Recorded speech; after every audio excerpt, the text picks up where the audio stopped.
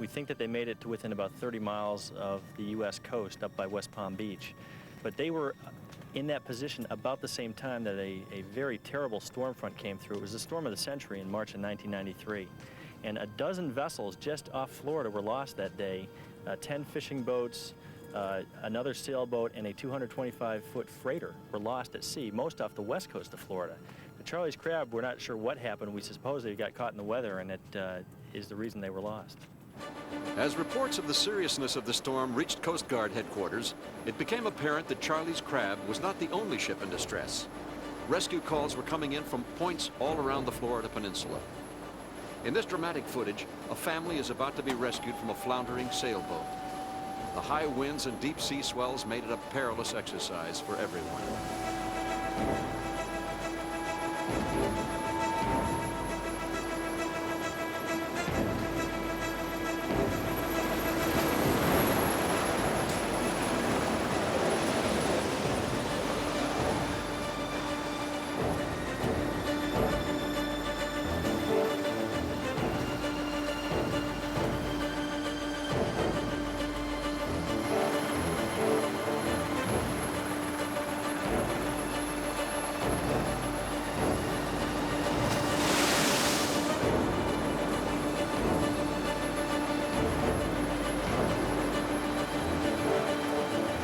By the end of that day, a total of 162 people had been rescued by the Coast Guard from the raging waters of both the Atlantic and the Gulf of Mexico. However, there had been no sign of Charlie's Crab. We searched over 110,000 square miles, all the way from the Bahamas and the Miami area up to the North Carolina coast. We actually searched an area that's bigger than the size of the state of Florida and South Carolina combined. And we never found a trace. The only clue as to where they may have gotten in trouble was a cellular phone call made during the passage of the storm front around 4:30 in the morning that Saturday, March 13th. Ken, what about the cell phone? Does that give us a clue? Well, it can help in that we know that early in the morning there was a distress call, a 911 call from the vessel Charlie's Crab, and that was received by the Lantana Police Department. Based upon available FCC records, we plotted the 3 closest cell sites in relation to where the 911 call was made. We could use that information based upon the information you have and try to come up with where the boat might have gone down. So that kind of fits in with the possibility he was knocked down very quickly. His VHF antenna in the water, and then he has to use the cell phone to try and make a 911 call. And if we put that all together and we're lucky, and that's right, he's right in about here. For additional help, the crew met with a skipper who had formerly worked for Charlie Muir. What do you think happened to Charlie's Crab? I thought that probably the boat sunk in a hurry, that it probably may have knocked down. That storm hit with a tremendous force very, very quickly, and the position that he was supposedly in was at the axis of the Gulf Stream. Waves can get tremendous size, and any person caught in that situation could get themselves in trouble in a hurry. Early in the search, the sonar indicates that a large ship has been found. The deep sea makes a turn to investigate. However, the sonar seems to be entangled in the wreck. They launch the ROV to examine the seriousness of the situation and investigate what they hope might be the missing Charlie's Crab. It should have a visual on it. There it is. Oh, it's ugly. Steel, a big fishing trawler or something.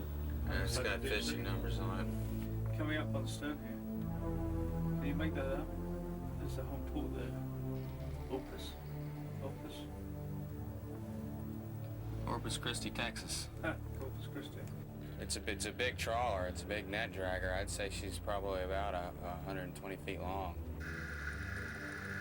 Graham, you see that ornamental paint job right on the bow there? The yellow stripes. They had discovered a large fishing boat owned by a man in Texas.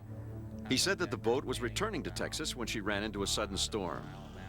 However, an exploration of the ship revealed that the outriggers, which hold the ship's fishing nets, were locked in the upright position.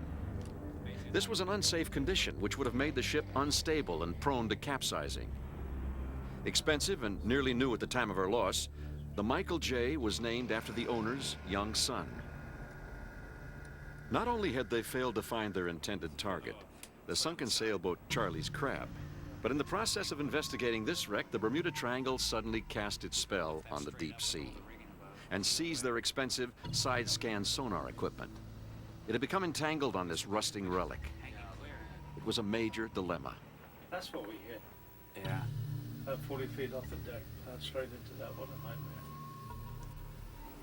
You know, that cable's lying alongside the hull. Maybe we can cut it right there. Maybe we could ram it, sandwich it between the hull and bludgeon it to death.